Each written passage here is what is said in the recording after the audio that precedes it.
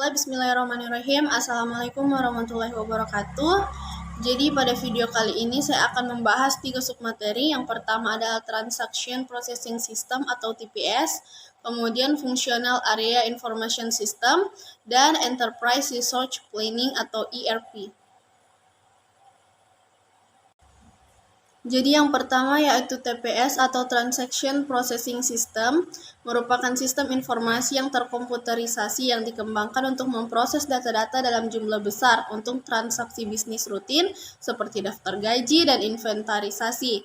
Processing System merupakan sistem tanpa batas yang memungkinkan organisasi berinteraksi dengan lingkungan eksternal.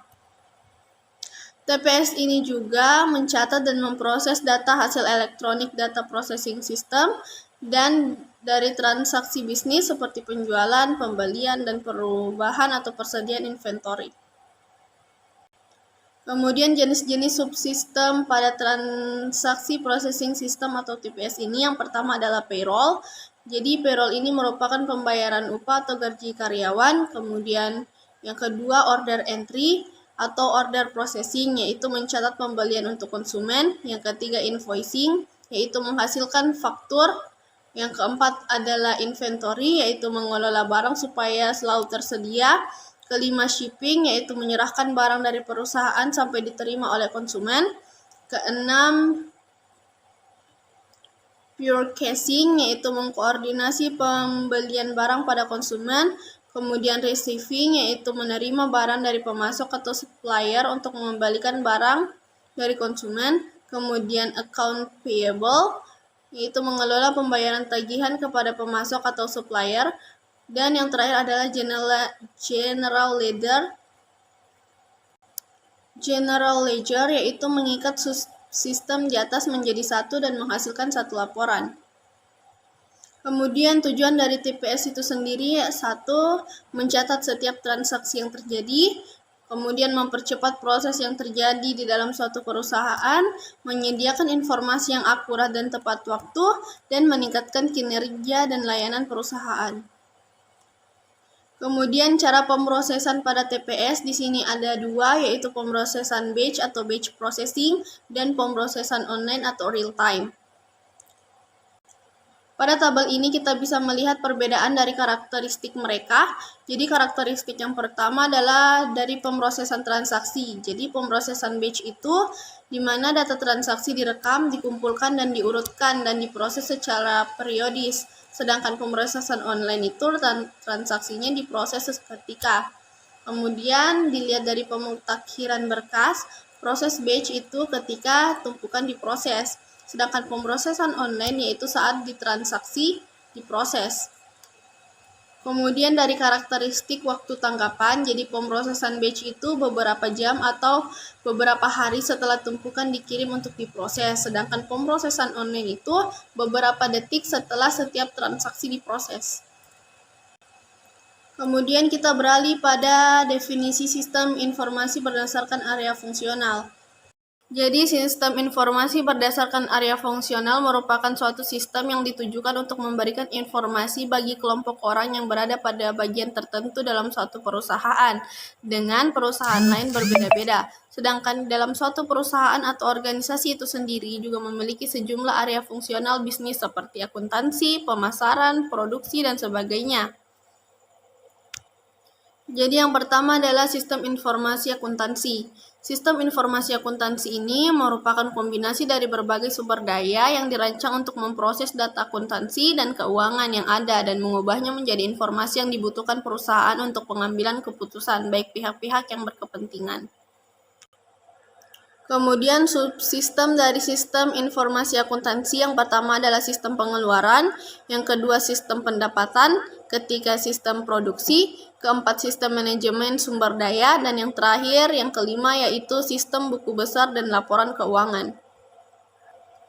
Kemudian sistem informasi keuangan. Jadi sistem informasi keuangan ini merupakan sistem informasi yang dirancang untuk menyediakan informasi mengenai arus uang bagi para pemakai di seluruh perusahaan. Adapun subsistem dari sistem informasi keuangan di sini ada dua macam, yaitu subsistem input dan output. Kalau subsistem input itu mencakup subsistem akuntansi, di mana maksudnya yaitu menyediakan data input bagi aplikasi keuangan. Kemudian subsistem audit internal itu maksudnya membantu sistem informasi akuntansi dalam menyediakan data dan informasi internal dengan penelitian khusus yang dilakukan auditor. Dan yang terakhir adalah subsistem intelijen keuangan. Di sini maksudnya yaitu mengumpulkan informasi dari elemen-elemen lingkungan yang mempengaruhi arus uang masyarakat keuangan, pemegang saham, dan pemilik serta pemerintah. Kemudian ada pun subsistem outputnya, yang pertama adalah peramalan, yaitu melakukan peramalan jangka panjang, misal 5-10 tahun ke depan untuk menyediakan dasar bagi perencanaan strategis. Kemudian subsistem manajemen dana, di sini berkaitan dengan arus uang melalui perusahaan. Dan yang terakhir adalah subsistem pengendalian, yaitu menyiapkan anggaran operasi tahunan dan kemudian menyediakan informasi umpan balik kepada manajer sehingga mereka dapat memantau biaya aktual dibandingkan dengan anggaran. Kemudian kita beralih pada jenis sistem informasi manufaktur. Jadi sistem informasi manufaktur ini merupakan suatu sistem yang berbasis komputer, bekerja dalam hubungannya dengan sistem informasi fungsional lainnya untuk mendukung manajemen perusahaan dalam pemecahan masalah yang berhubungan dengan manufaktur produk perusahaan yang pada dasarnya tetap bertumpu pada input, proses, dan output. Jadi subsistem model input pada sistem informasi manufaktur ini ada 3. Yang pertama yaitu subsistem informasi akuntansi, yaitu mengumpulkan data dan intern yang menjelaskan operasi manufaktur dan data lingkungan yang menjelaskan transaksi perusahaan dengan pemasok. Kemudian subsistem industri engineering, yaitu analisis sistem yang terlatih khusus yang mempelajari proses manufaktur dalam membuat sasaran-sasaran perbaikan.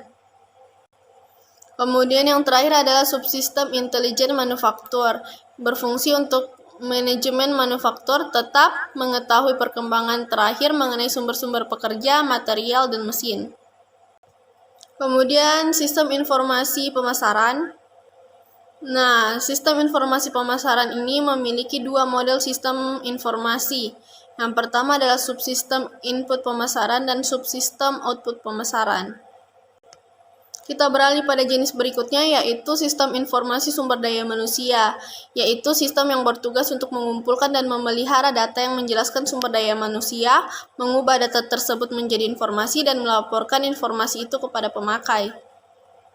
Kemudian kegiatan utama sumber daya manusia, yang pertama adalah perekrutan dan penerimaan, yang kedua pendidikan dan pelatihan, yang ketiga manajemen data dan penghentian dan administrasi tunjangan. Adapun model sistem informasi sumber daya manusia, yang pertama adalah subsistem input sistem informasi sumber daya manusia, yang kedua adalah subsistem penelitian sumber daya manusia, dan yang terakhir adalah subsistem intelijen sumber daya manusia. Kemudian kita masuk pada submateri terakhir, yaitu Enterprise Resource Planning atau ERP, yaitu sistem informasi yang diperuntukkan bagi perusahaan manufaktur maupun jasa yang berperan mengintegrasikan dan mengotomatisasikan proses bisnis yang berhubungan dengan aspek operasi, produksi maupun distribusi di perusahaan bersangkutan. Nah, suatu ERP yang ideal biasanya memiliki beberapa modul fungsi yang terintegrasi di dalamnya.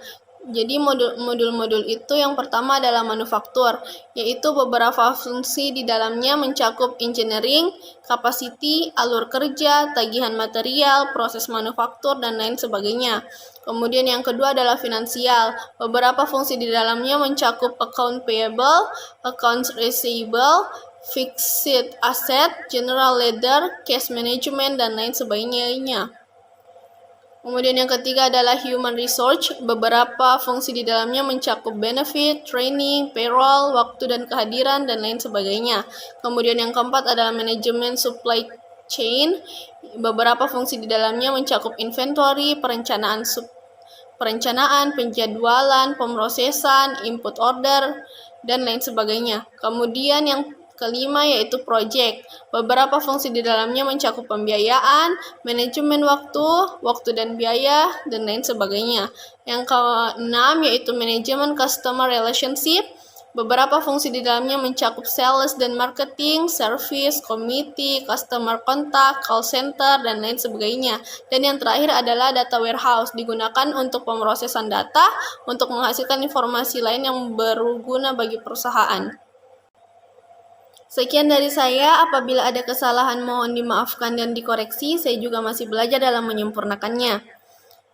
Semoga ilmunya dapat bermanfaat baik saya maupun orang lain. Dadah, wassalamualaikum warahmatullahi wabarakatuh.